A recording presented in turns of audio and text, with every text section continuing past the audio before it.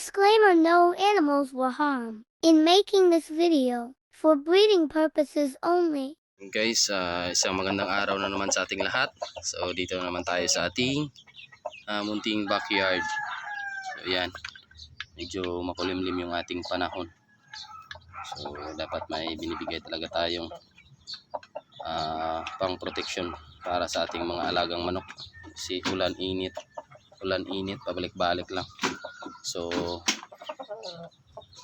nilagay ko muna dito yung ating 2 months old sa labas. So yan sila guys, para makita natin yung tangkad nila. Yan. So lumalabas na yung kulay nila. Yan guys. So itim sa kapula yung mga nanay nito. Tapos yung kinalabasan nila guys, parang batik yung kulay na may puti, and then may halong pula na rin yung iba. So bali ito na lang yung natira sa 8. So bali 4 na lang. So bali keep na natin to for breeder. Magiging breeder na sila. Yun guys, bali 3 yung stag dito and 1 lang yung pulit. So yan. So dinagdagan ko kasi yung pagkain. So bali nakabigay na ako kanina. Yan guys, parang may pula na lumabas na yan sa kanyang pakpak. Yan. So yan yung pulit. So yung malalaki yung stag. So kita naman sa paa guys. Yan yung paa ng stag. Yan yung paa ng pulit. So maliit. So malaki yung diferensya. Yan guys. Ayan silang 4. So nagiging masaya tayo at ganito na sila kalaki. Ayan guys. So yung tatay pala nito is si Red. So yan si Red, nakasilip lang. So on breeding ngayon si Red. So ito yung ating Black Sham Hazel. Yan si Red yung ating pinapares. Guys, so ang laki ni Red. So malapit na mag 4 kilos si Red. Yan guys, yan. So 1 year old na pala si Red. Yan. So nangingitlog na yan guys. So hindi pa maayos yung ating paitlugan, kaya yan, kinukuha ko lang yung itlog. So kanina pag kita ko, yung pinakaunang itlog lang kasi yung iniiwan ko dyan sa pugaran. So kanina is nabasag. So hopefully araw-araw naman itong nangingitlog. So tatanggalin na naman natin yan guys pag nag-drop na siya ng egg. At i-keep natin. So maghintay tayo kung may native tayo na maglilimlim. Pero kung wala, siya pa rin yung ipalimlim natin. Maganda naman siya maglimlim. Ang mahalaga lang dapat tuyo yung kanyang kulungan, kasi basa dito. Yan guys, gawa nga ng trapa lang to. Pag malakas yung ulan, pumapasok yung tubig dito. So kaya kinukuha natin yung itlog para maiwas basag, and then maiwas kain din niya. Kasi maliit lang yung kulungan na to guys.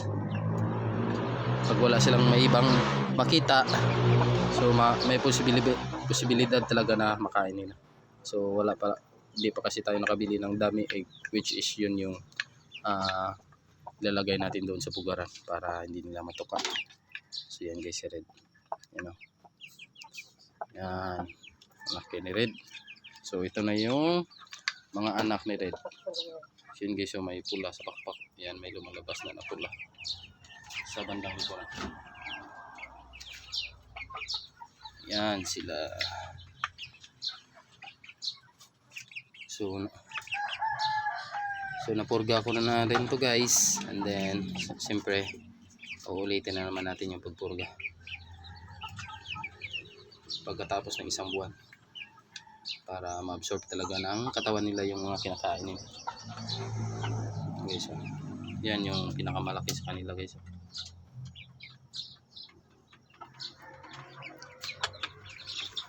Yan sila. Apat sila.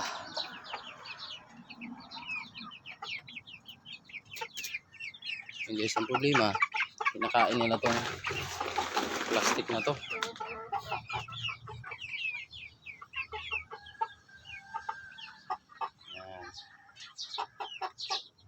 Yan yung apat natin. And then may apat na rin tayo na anak ng pinapares natin kay Red. So yun, apat rin yung pasisyo nun. Isa lang yung itim and then tatlo yung pula. So parang dalawa yung kulit and then dalawa yung stag. So mas okay yun. Okay, so yan. So maganda yung katawan nila guys. So mamaya tapos na to. Balikan nila yan. So with feeding lang yung sistema ng papagkain natin guys sa kanila. Yan, mga dinosaur. Mga matatangkad sila guys. Yan o. Ang ganda talaga ng katawan nila. So ito talaga yung gusto natin sa mga manok na to. Mataas and then medyo manipis lang yung balahibo. Saka puro na katawan. Yan sila. Mataas na klase ng mga manok. Yan. So ang ganda nilang tingnan. So 2 months old and 2 days. Yan sila.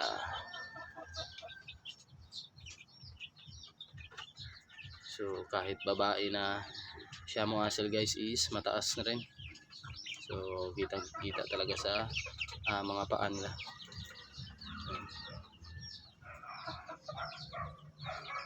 Wala pa gaano balaibo. So yung may pinapangarap pa tayong mga manok guys, yun yung dumpo or dumbo. So mas matanggat pa dito yun na mga klase ng manok. Ayan, yan sila.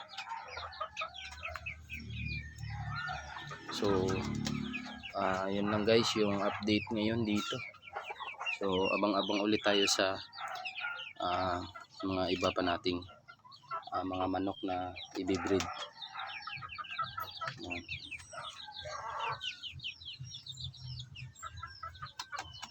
So hopefully mapisa na yung naglilimlim natin dyan na isang native, which is upgraded yung kinalabasan nun kasi si Red yung ating nagpalahi doon. Guys, naglalaro sila sa sako. So yun lang guys for today's vlog at shout out sa inyong lahat at happy farming.